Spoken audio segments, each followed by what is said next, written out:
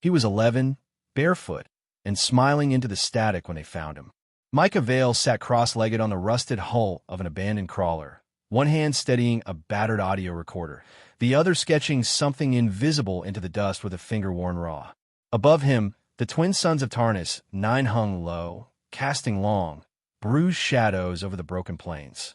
He hummed as he worked, some old earth lullaby, soft and cracked at the edges like it had traveled too far and forgotten half its tune. The soldiers came from the sky. They descended in formation. 10 Varn sterilizers, their ships like shards of obsidian, their movement surgically perfect. No engine screamed. No guns glinted. Just silence and purpose wrapped in cold. Micah didn't run. He looked up, smiled that crooked smile of his, the one that said he saw something you didn't, and said, I was just telling a story. They took the recorder first. Then they took him. The Varn don't explain. They classify. And Micah Vale was classified.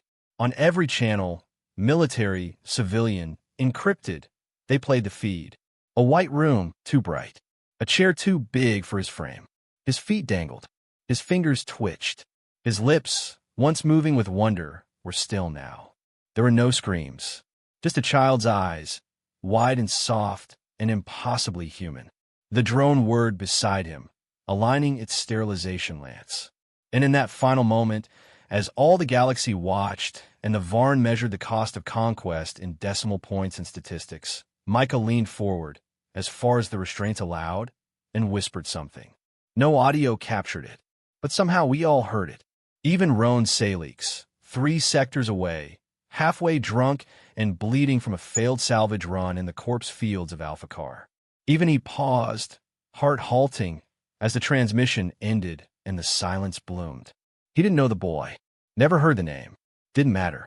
In that moment, Roan remembered his sister, 16, dragged off a refugee freighter by the Thresh Syndicate. Remembered her laugh, the way she used to burn old journals and pretend it was magic. He remembered the Empire tribunals, the treaties, the neutral zones that were never neutral. He remembered being told to wait, that things took time, that justice was coming. Then he remembered Micah Vale, the kid who whispered something into a void and cracked it wide open. Roan stood without a word, eyes bloodshot, teeth gritted so hard they cracked a molar. He walked through the salvage camp, past stunned miners and blinking techs, past the smoldering half-built rigs and rusted shells of old cruisers. He climbed onto the back of a gutted frigate, fired up a beacon, and broadcast 3 words to the black. No more waiting. The answer came in pulses, first a single ping from the Kuiper wastes, then dozens, then hundreds. Fighters, freightliners, junkers patched with duct tape and hope. Human ships, off-book, outlawed, forgotten. Some crewed by veterans, some by orphans, all by those who remembered. They called themselves Torch Fleet. Not an army, not a rebellion, a fury. They didn't write manifestos. They didn't draft declarations.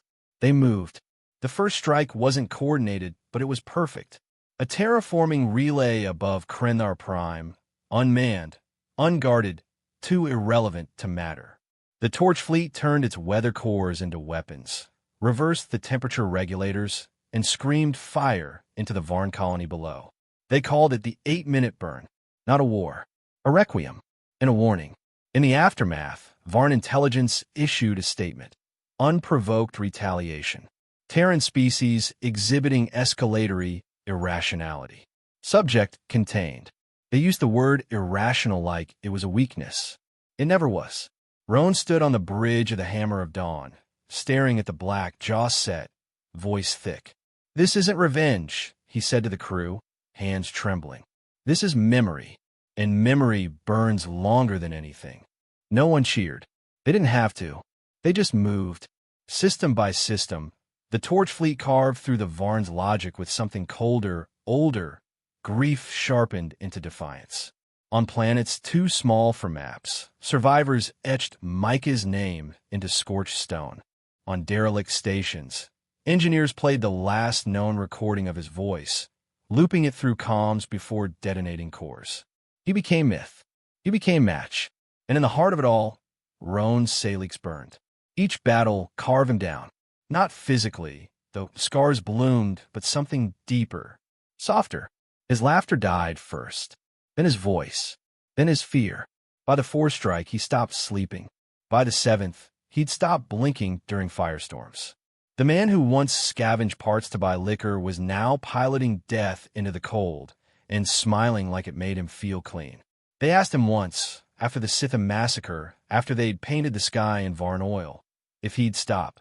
He stared at the reporter, empty-eyed, full-souled. No. The signal ended. The galaxy spun, and somewhere, on a world not yet named, under a sky that hadn't yet burned, a child looked up and whispered a story into static, not knowing he'd started a war with it. But he had, and it would end with every system that forgot mercy learning how it felt to be small. We do not forget. We do not forgive. We do not stop. Now when the fire remembers the boy who smiled. She lit her cigarette off the plasma vent. The hull was bleeding again, microscopic fractures along the dorsal plating, and Commander Naira Thorne didn't give a damn. She stood there in the half-burnt airlock of the Black Psalm, coat flapping in recycled wind, boots caked with carbon ash, watching a dead star fade into silence. She didn't speak until the last flare died. Then she whispered one more down. The crew said she used to be a priest. Others said assassin. The truth was uglier. She was a mother. Had been. Once. Before Soul went dark, and her son's name was erased from the Earth registry, like he'd never drawn breath. Micah Vale reminded her of him. That smile, the one that held on when it had no right to. And so, she came back from exile. The Black Psalm had once been a hospice frigate. Now it was painted in fire black and wired with rail torpedoes and hacked Varn AI that screamed lullabies into enemy comms. Her crew didn't wear uniforms. They wore grief like armor. There was no chain of command. Only one rule. We burn the ones who forget we bleed. Tonight's target was Varn Spire Delta 7, a processing citadel orbiting a drowned moon. Tactical advantage, none. Strategic value, negligible. But 300 children were sterilized there. Archive confirmed. Names, dates, footage. The Varn logged everything. That's what made them vulnerable. They didn't forget. Naira read every name before launch. One by one. Out loud. No ceremony. Just syllables scraped across a throat that hadn't cried in years. The crew listened in silence. Not reverent. Just ready. The Black Psalm dropped from sublight like a knife slipping between ribs. No warning. No orbital signature. No declaration. They didn't fight for show. They fought to ruin memory. The Varn response was immediate. Precision pulses, antimatter scatter arrays, logic swarm deployments. All textbook. Naira smirked. They still don't get it. She walked onto the bridge, boot steps echoing like cannon fire. The lights flickered. She liked it that way. Felt honest. The air stank of oil, sweat, and jasmine incense. Someone had lit a prayer stick to the old gods. Or maybe just Earth. Her helmsman turned. Eyes hollow, lips set. Orders. She bit off her cigarette. Crack their choir. With a flick, the psalm launched a distortion shell. Reconfigured frequencies from Micah's last recording. Not speech. Not even melody. Just the raw, unfiltered sound of a child trying not to cry. It hit the Varn fleet like a plague. Their AI staggered. Routines looped. Defense systems began humming. Engineers tore off helmets, clawing at their ears. One Varn pilot crashed into his own command deck, hands trembling, eyes wet with something no Varn biology was supposed to feel. Human grief had no firewall. As the ship pierced through the chaos, Naira moved like a shadow in gunmetal. Her target wasn't the Spire's command. It was the archive. Deep beneath the structure, wrapped in stasis, encased in sterile glass, were the final transmissions of those children. Their screams, their silences, the sounds of final breaths, cataloged and quantified. She wanted them. She wanted them all. To remember. To infect the stars with it. The assault team breached the corridor in 30 seconds flat. No orders needed. They knew her rhythm. Naira walked through flame and blood, shotgun in hand, voice quiet in the inferno. Don't kill them all. A young tech blinked, confused. Commander, leave one. Why? Her eyes didn't blink. But they can carry it back. That's the part the Varn never understood. Humans didn't conquer by erasing. We infected. With memory. With pain. With the unbearable weight of feeling. The walls were glass. Rows of memory spires, each pulsing faintly. Blue. Then red. Then violet. She stepped up to the one marked veil, 77A. Micah's. The original recording. Unedited. Pure. Her hands trembled as she touched it. The warmth bled through her gloves. She should have spoken. Should have said something for the boy. Instead, she cried. Just once. A single tear, sliding down soot-streaked skin, carving a path through years of hardened silence. The crew said nothing. They just covered the exits, planted the charges, and waited. The last Varn technician, left alive per her order, crawled into the room, bleeding, shaking, weaponless. His voice quivered. "Why do you do this?" Naira turned, eyes gleaming like dying stars. "You heard him, didn't you?" The Varn's mouth opened. No sound came. "You felt it." Still silence. She stepped forward, pressing the glass into his hands. "You'll tell them, not just what we did, but why." Then she walked away, trailing the smell of war and incense and a grief so old it had teeth. From orbit, the explosion looked like sunrise. Not fast, not violent, just final, like a chapter closing. Naira watched from the bridge. Micah's recording now fused into the Black Psalm's core memory loop. His voice, soft, flickering, echoed in the background. "I think the stars are listening." She nodded, breath caught somewhere between a sob and a curse. "Then let's give them something to remember." And with that, the Black Psalm vanished into the black again. No coordinates, no plan, just a direction. Forward, into the fire. They called it Urax, 0, though no human voice ever pronounced it the way the Varn intended. Not that it mattered. By the time the last ember breached its orbit, the name had already become a eulogy.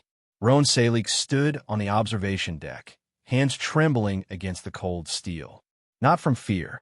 He'd burned through that long ago, along with the nerves, the hesitation, the pieces of himself that once blinked at killing.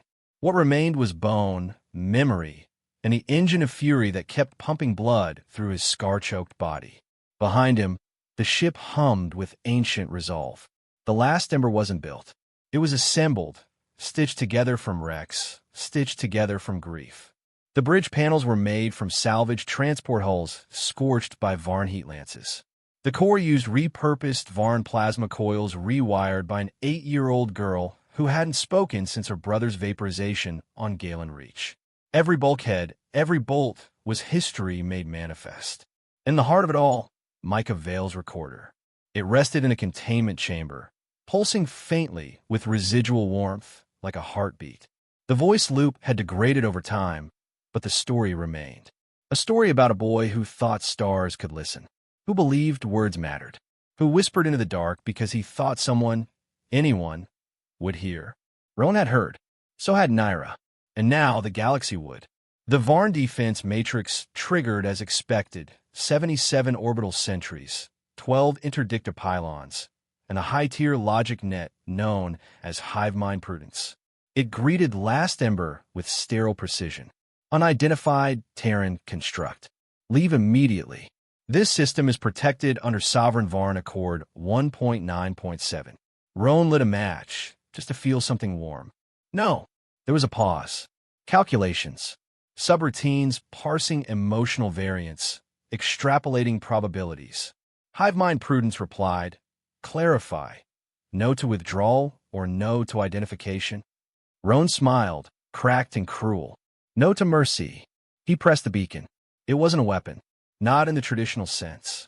It was every human voice lost in the war. Micah's whisper, children crying on broadcast loops. Naira's ragged breath reading names in his silence. Laughter from the decks of shattered ships. A mother's final lullaby under orbital fire.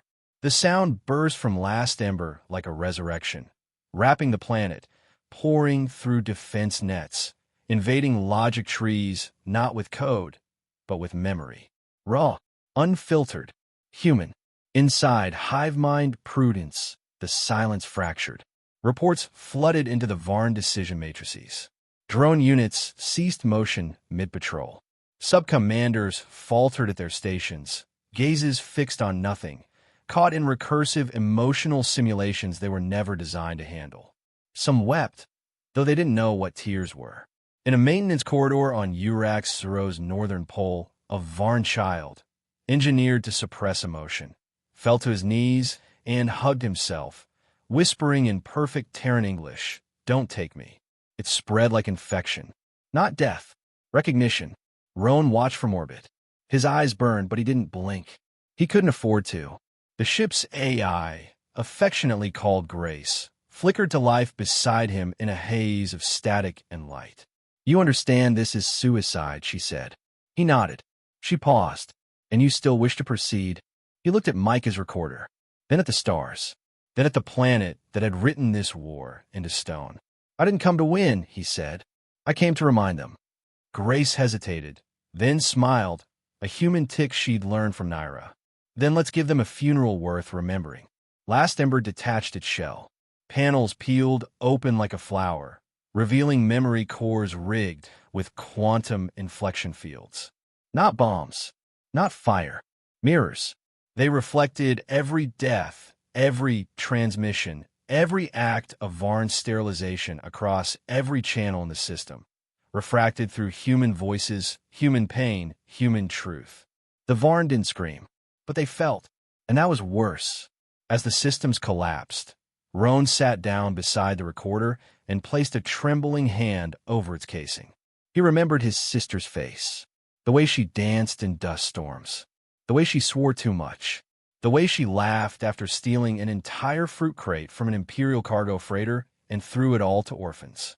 He remembered her eyes, wide, defiant, right before the Thresh took her. He whispered, not for her, not even for Micah, but for whatever came next. "Remember us." The ship's core surged. Energy spiked. The planet blinked. Not in fire, not in rubble, in awareness. Hive mind prudence fractured entirely. Varn cities shut down mid-thought. The planet didn't die. It simply stopped being what it was. Cold precision gave way to stunned silence.